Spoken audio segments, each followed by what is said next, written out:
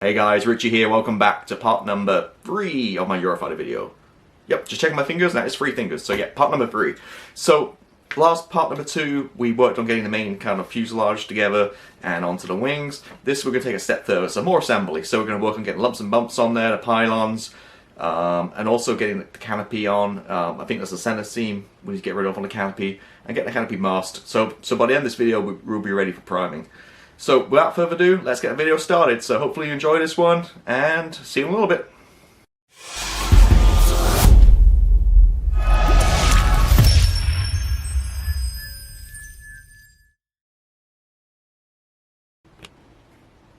Welcome back to the next part of the Eurofighter build. So, last part you'd have seen we did the main assembly, put the fuselage together and add the wings. Today we'll continue and we'll get this ready for pretty much to the priming stage. So, since we did the last update, few problems. Nothing super major, just a few little niggles here and there. Typical Revell kit, it's not a Tamiya kit, there's definitely going to be some issues, and I discovered some. So, let me kind of talk through these first.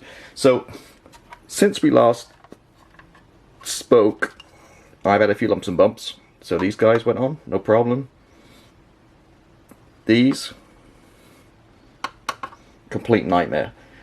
They're 2 parts, and they didn't fit together well at all. To actually add some filler and all kinds of stuff.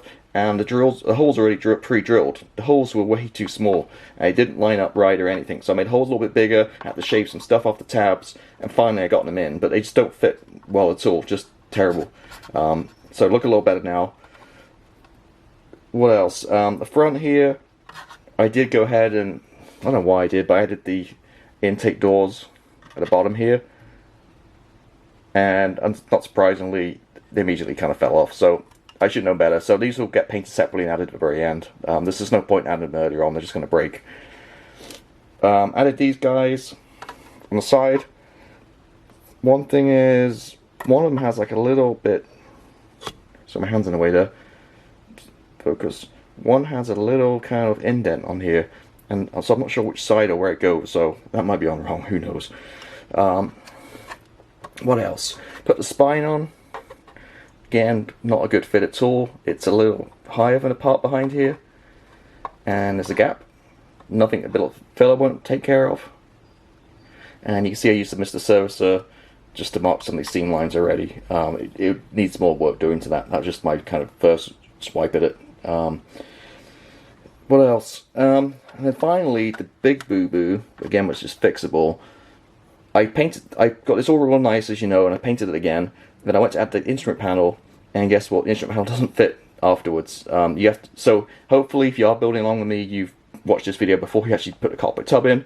But this has to go in before you add the 2 halves together.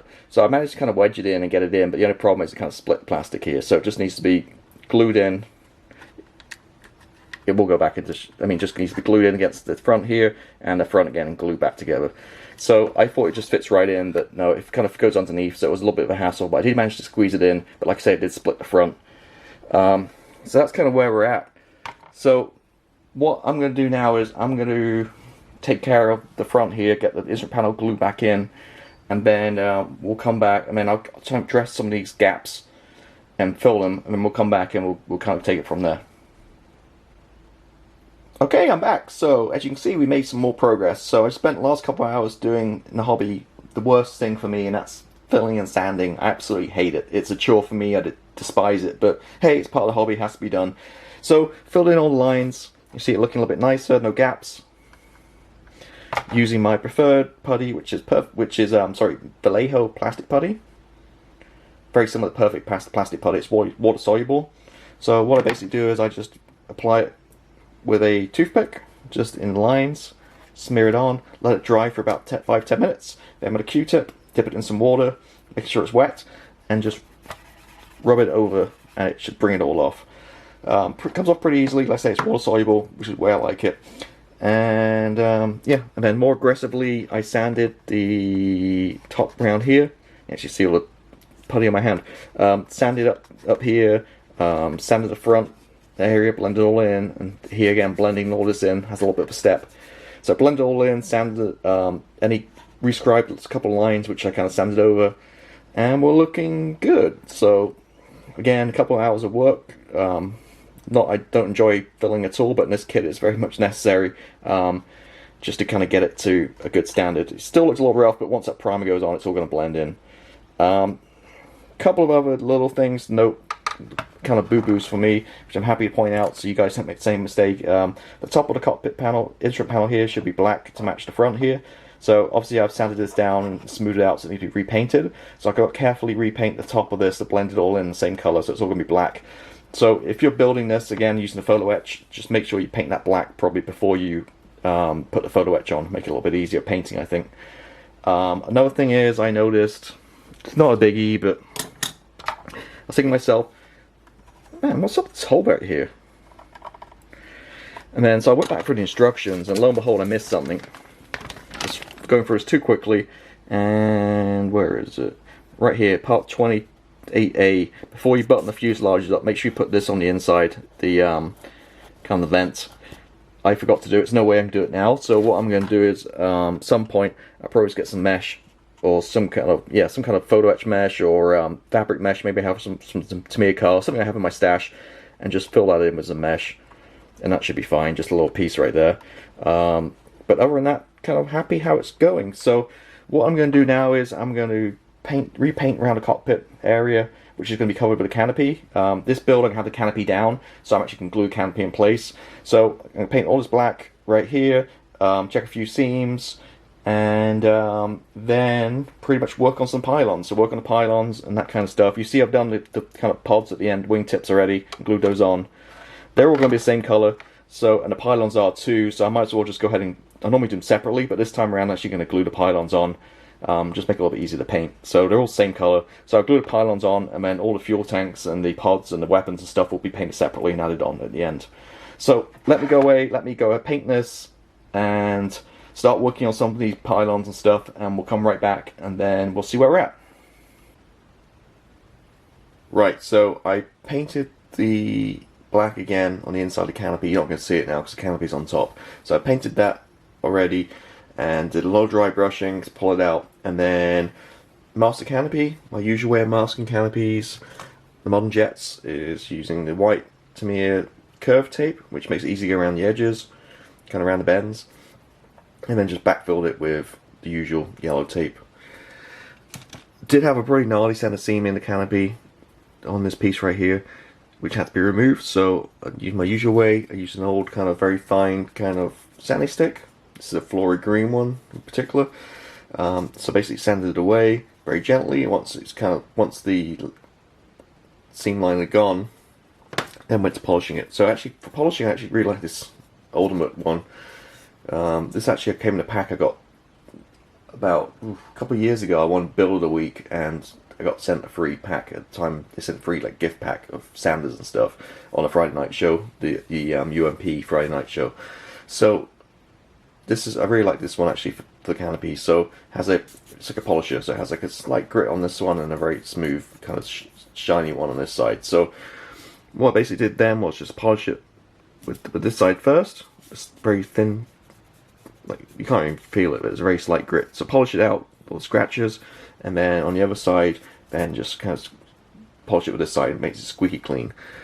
You can use toothpaste, but I have this Novus stuff. I use number 2 to fine scratch remover.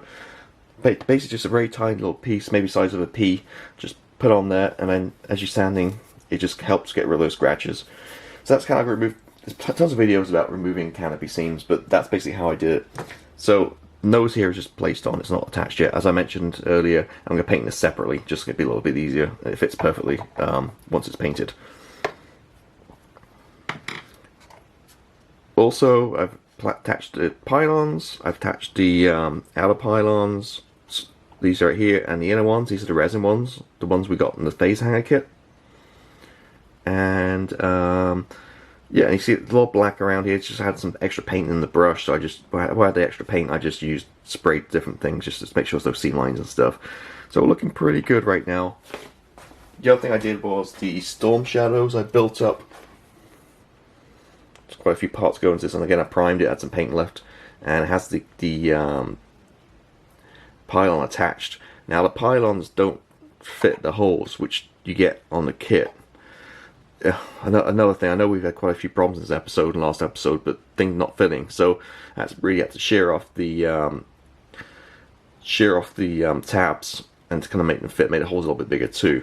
You can see some marks here on there. I did glue these on originally. I'm just going to paint all as one, but it's just too delicate. They're just going to fall off, so they didn't really grip very good. So I just took them off and I paint them separately. So we're pretty much ready for paint now, and prime and paint. So just one little top area right here. This just needs a little bit, now got some paint on it, primer on it. I can see it's not quite how I like it, so I just need to work on to get some scratches out and just blend that a little bit better here. Once I've done that, then we can go ahead and start priming this. So most of the build is done. Thankfully, this episode's been quite a chore. It's this is the last one. There were quite a few issues with this kit to get through. Nothing major, like I mentioned. It's just small little stuff like sanding and filling and everything. But we got there in the end, so we're almost ready for paint, which is one of my favorite stages. So what I'm going to do is I'm going to end this part right now, and then when you come back for the next part, we'll talk through priming and painting this jet. As always, thank you for watching, and see you next time. Goodbye.